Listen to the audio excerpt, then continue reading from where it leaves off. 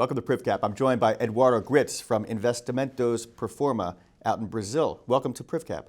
Thank you very much. It's a pleasure. Well, you picked a busy week to be here, didn't you? That's right. Generally, during this week in the year, the Brazilian Venture Capital Association and the Latin American Venture Capital Association promote events together, Brazilian and Latin American institutions and members of the venture capital and private equity ecosystem to meet with international investors in New York in a series of events. So we've been here and we've been in the presence of former Minister Arminio Fraga that gave a speech at ABV Cap. The LAVCA is full of people understanding what's happening right now with Brazil and the region and opportunities amidst the crisis. And so it's been really a very fruitful week.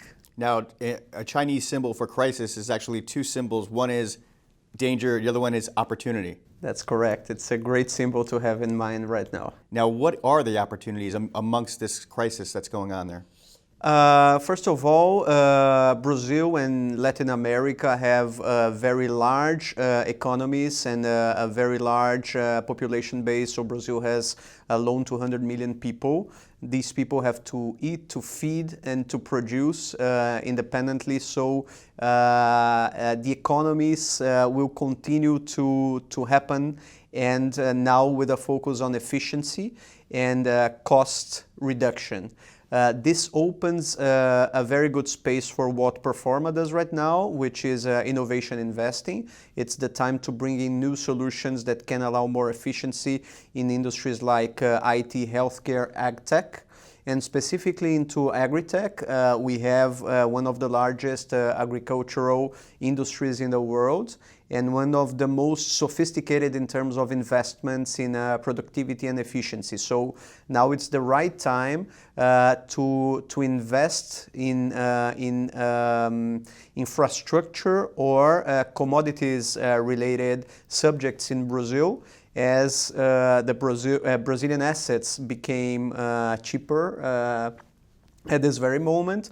But in a 5-year time or 10-year time, we expect that parity will prevail. The economy will not disappear. We have a mix of a fiscal imbalance with a political crisis, and both of them are not significantly serious to jeopardize the institutions of the country or the long-term stability we have. So it can be a good moment to capitalize on the opportunity in the crisis. Are there certain parts of the culture that international investors need to understand before they go into Brazil and try to join funds or try to buy companies? There are. So international investors that know the region for a long time are okay, but in any other case, Brazil and Latin America have many specificities.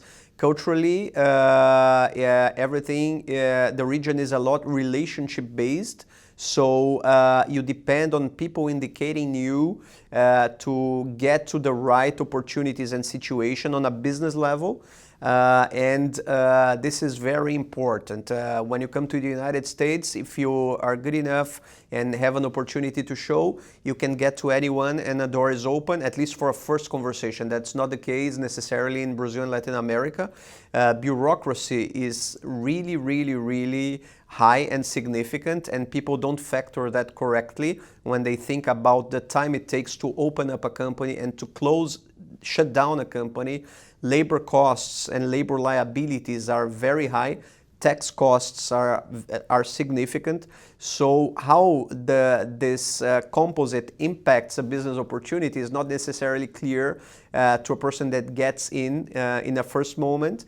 And a local partner helps build credibility when talking to other parties in Brazil and Latin America. So all in all, it's better to, at least for the first 100 years, no, maybe 5 years, 3 years, to be alongside a Brazilian or Latin American party to do a soft landing in the region. Now, one of your theses is to take Brazilian and Latin American companies global. How do you propose doing that in your next fund? What we see is the growing interest of international funds in themes where Latin America has a vocation or an eye into. So, for example, agriculture, healthcare, and some segments in IT. And in the region, we have the opposite. We have a lack of capital availability. Interest rates are very high. There is still not a significant number of venture capital funds, angel investors, or agents. So successful companies from Brazil and the region that manage to go into the next phase cannot find abundant local capital. Performa right now, because of the profile of the partners, we have a French partner, an American partner, and a partner that is focused on Silicon Valley, and myself, I'm focusing in Israel.